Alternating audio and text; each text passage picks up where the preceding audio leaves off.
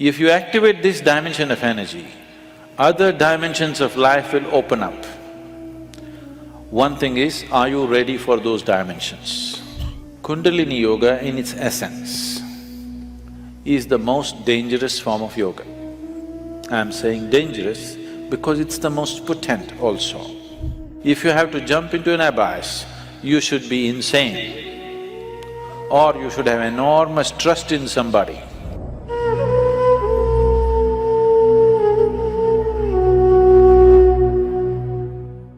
So what is Kundalini? Right now, I'm speaking. This is Kundalini. You are alert and listening. If you are alert and listening, that is Kundalini. A flower is blossoming, that is Kundalini. A dog is barking, that is also Kundalini. Or in other words, the fundamental life force in the existence, we call it Kundalini. Now, within the system, within the human system, if you look at this as a kind of a life package, it's a piece of life. This piece of life is packed in a certain way with layers of this energy. One dimension of energy comes alive immediately because that is necessary for your survival process.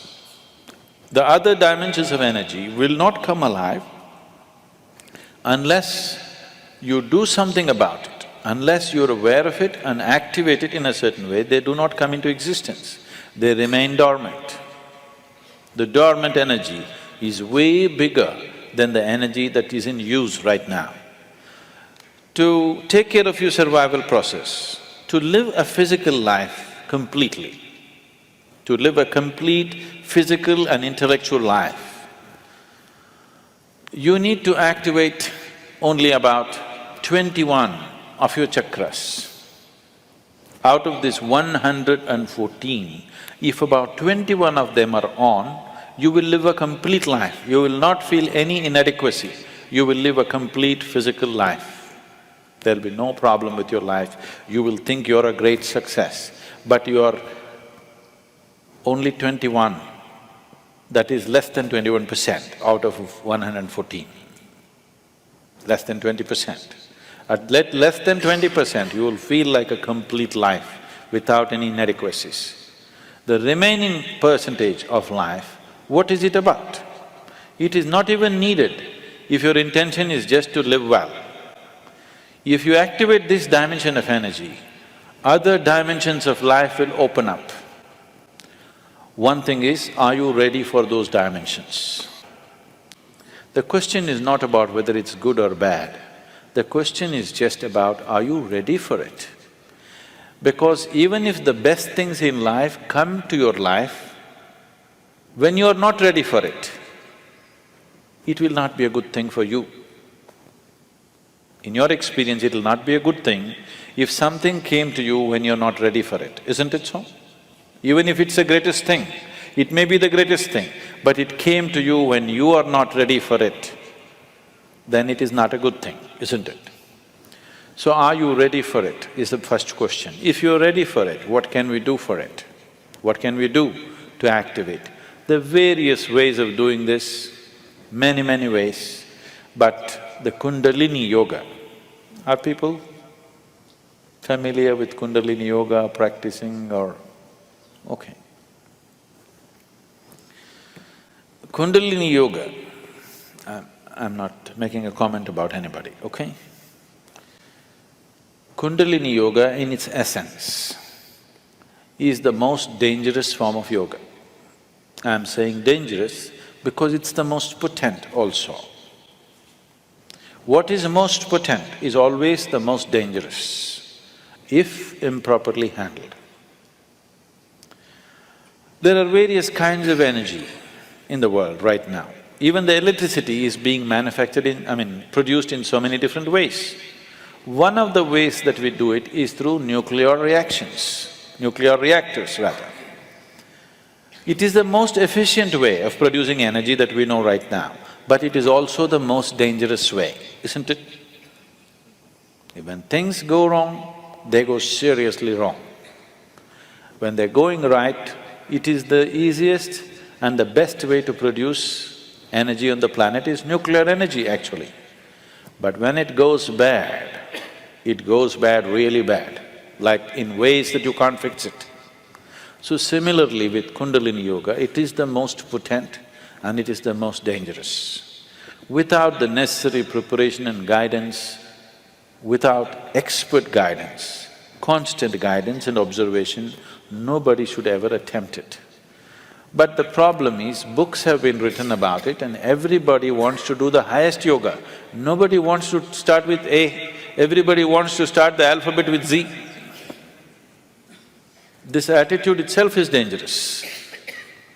What can be a life-transforming force can become a life-destructive force simply because without the necessary commitment and dedication and focus and understanding, it is being handled. Anyway, about rising the Kundalini. If the Kundalini rises, the dimensions of your life will change so rapidly that you must be willing to make the outside adjustments equally quick. Otherwise, things will fall apart in a big way.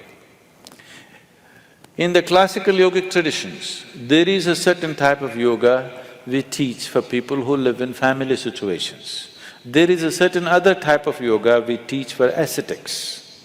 In Isha we have both the forms. We have ascetic yoga and we have the general yoga.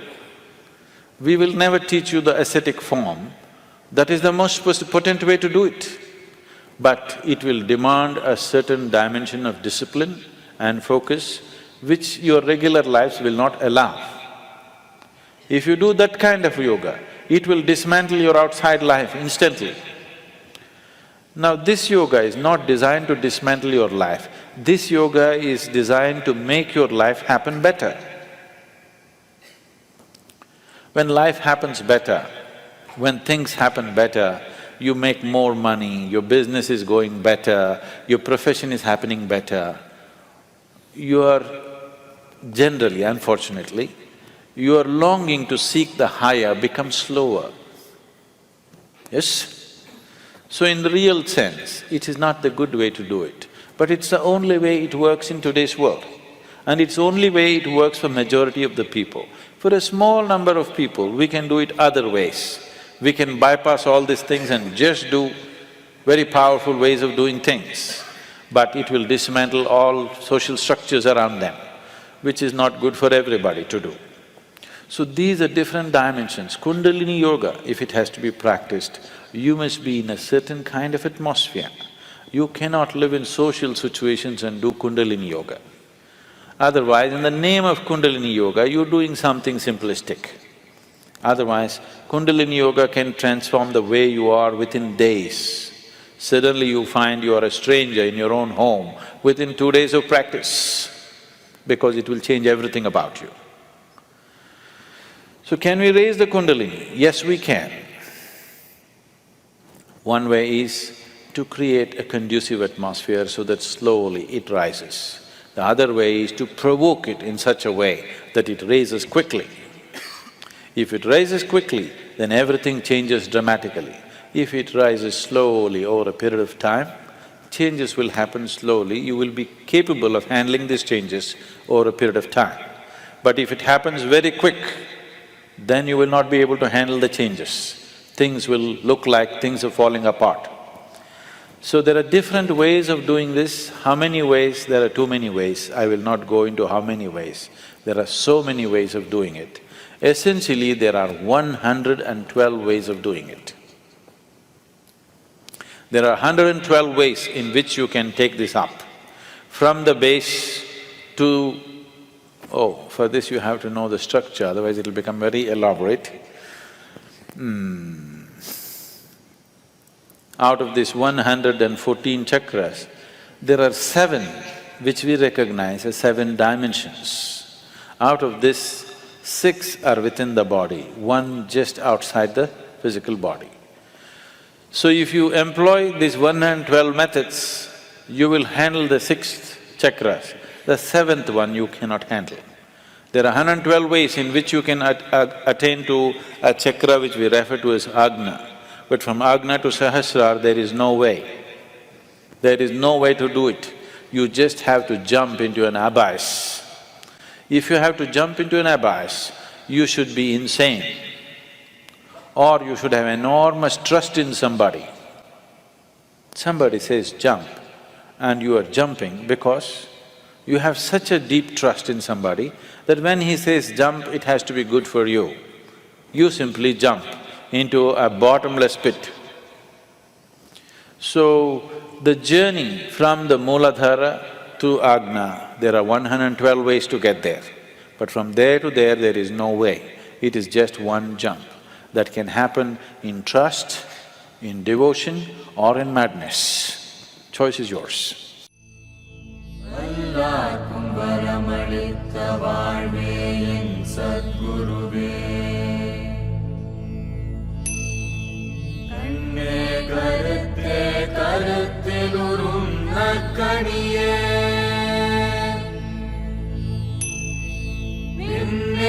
ஒளியில் நின்ற விடைவே என் சத்குரு